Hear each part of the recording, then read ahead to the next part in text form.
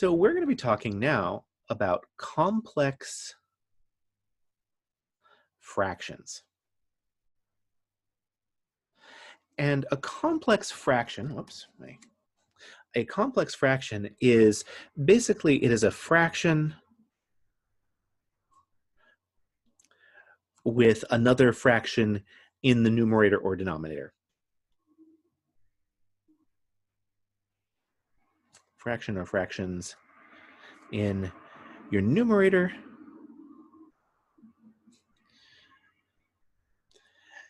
and or your denominator.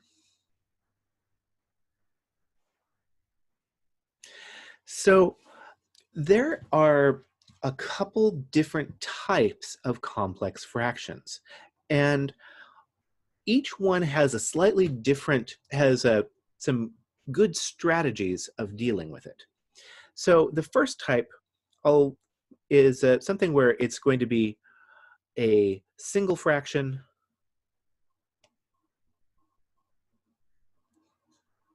divided by a single fraction.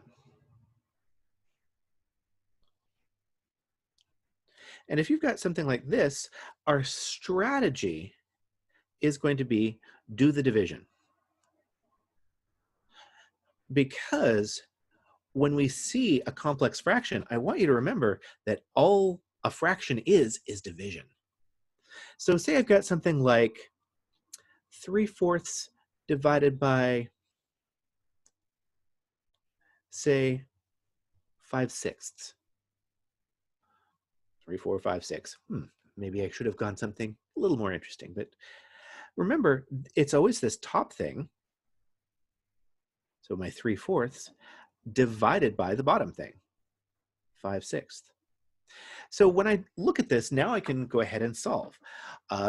Remember, we're going to keep this first fraction. So I like to say KFC, keep the first one, flip the second one, and then change the division to multiplication. So keep, flip, change. Or if you're maybe a music fan, think of it as Missy Elliott division. Bring your thing down, flip it, and reverse it. Now, from here, we can then reduce. And I see 2 goes into both 4 and 6. 2 goes into 4 2 times, it goes into 6 3 times, and now I can multiply straight across. 3 times 3 is going to be 9, 2 times 5 is 10, and we're done.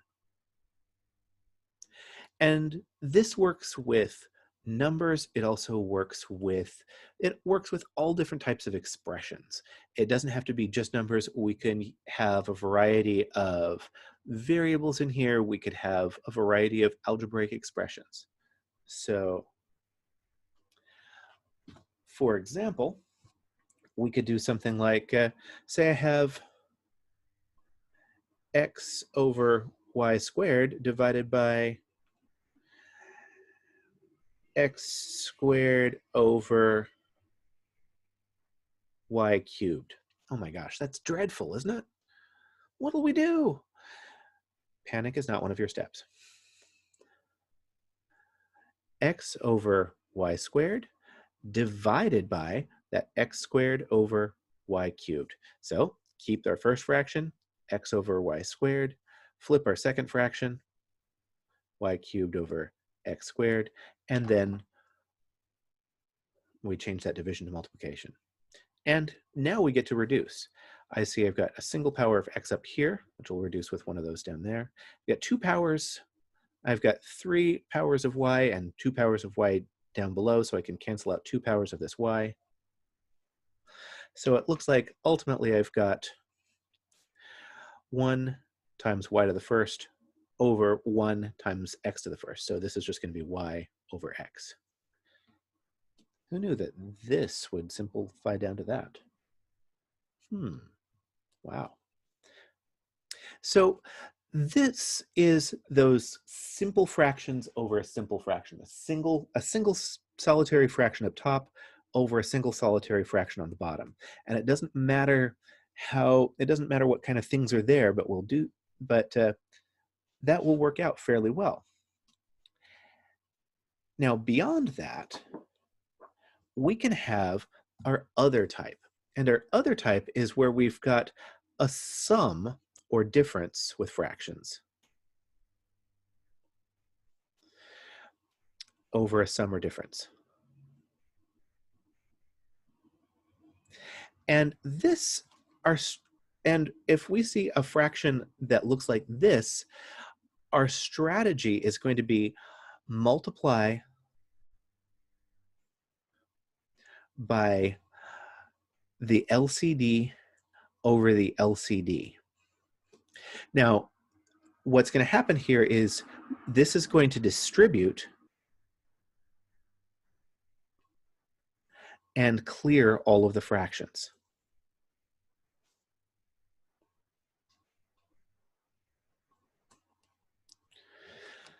So what happens here is, say we've got something like, oh, I'll do 1/2 minus 1/3. I'm going to divide this by,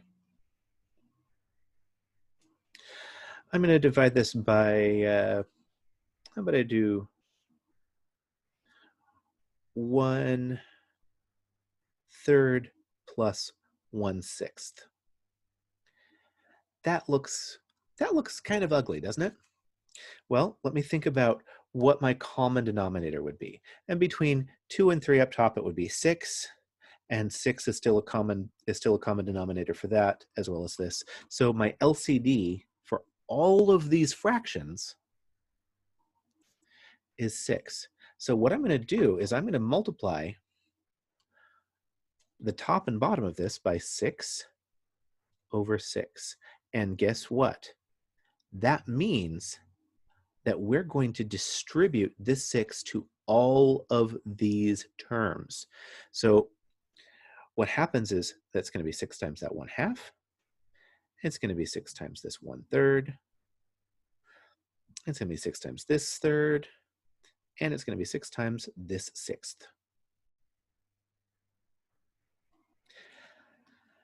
And the nice thing is, common denominator is already a multiple of all these denominators, which means that I can say, oh, I know 2 is going to go into, I know that 2 is going to go into this 6. It'll go in there 3 times.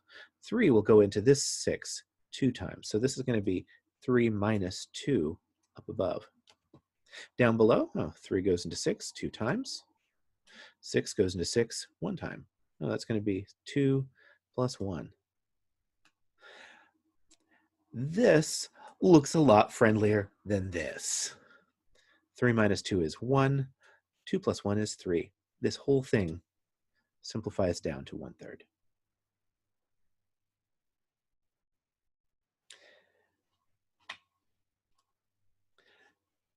The same thing applies if we've got variables in the mix. If we have some variables in our mix, we're going to just go ahead and do the same. It's going to be the same thing. Say I've got 1 over x plus 1 over 3. And then say we've got 1 over 9 minus 1 over x squared. Now I can tell that, remember that your LCD has all of the factors, and it's going to have factors of 3 and x, and it's also going to have the highest power of those. So here I've got 3 squared and I've got an x squared. So this is going to be 9x squared is my common denominator. So now when I multiply through, I'm going to do this down here. I'm going to multiply through by 9x squared over this 9x squared. I'm going to space this out a little bit so I can, my 1 over x plus my 1 over 3, my 1 over 9, minus my 1 over x squared. So when I distribute this, oh, this is going to be 9x times my 1 over x. I've got my 9x squared times my 1 over 3, 9x squared times 1 over 9, and 9x squared times my 1 over x squared. So here, now I get to reduce this. X goes into that one time. So my first term up top here is going to be 9x. Looks like 3 goes into here 3 times, so that's going to be plus 3x squared. Down below, oh, 9s will cancel, so I'll be left with x squared. On this one, I'll have, oops, should have, x squareds cancel, so I've got minus 9. And now we get to, and as with all of these, we now have to, if we can, reduce the answer. I'm going to go ahead and I can flip this around a little bit. So I'll put a little thought bubble up here and show you where my thinking goes. So we've got 9x plus our 3x squared. If I put that 3x squared first, I can then take out my common factor of 3x. So I've got 3x times my x plus 3.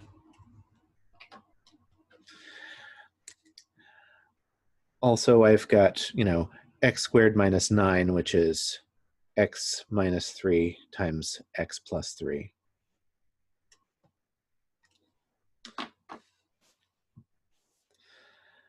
So x minus 3 times x plus 3. And what I think is the most fun part of all of this thing is reducing, getting rid of big factors like this.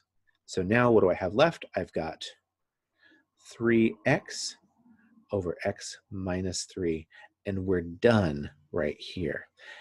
And this whole big, ugly expression simplifies down to something fairly, much more compact.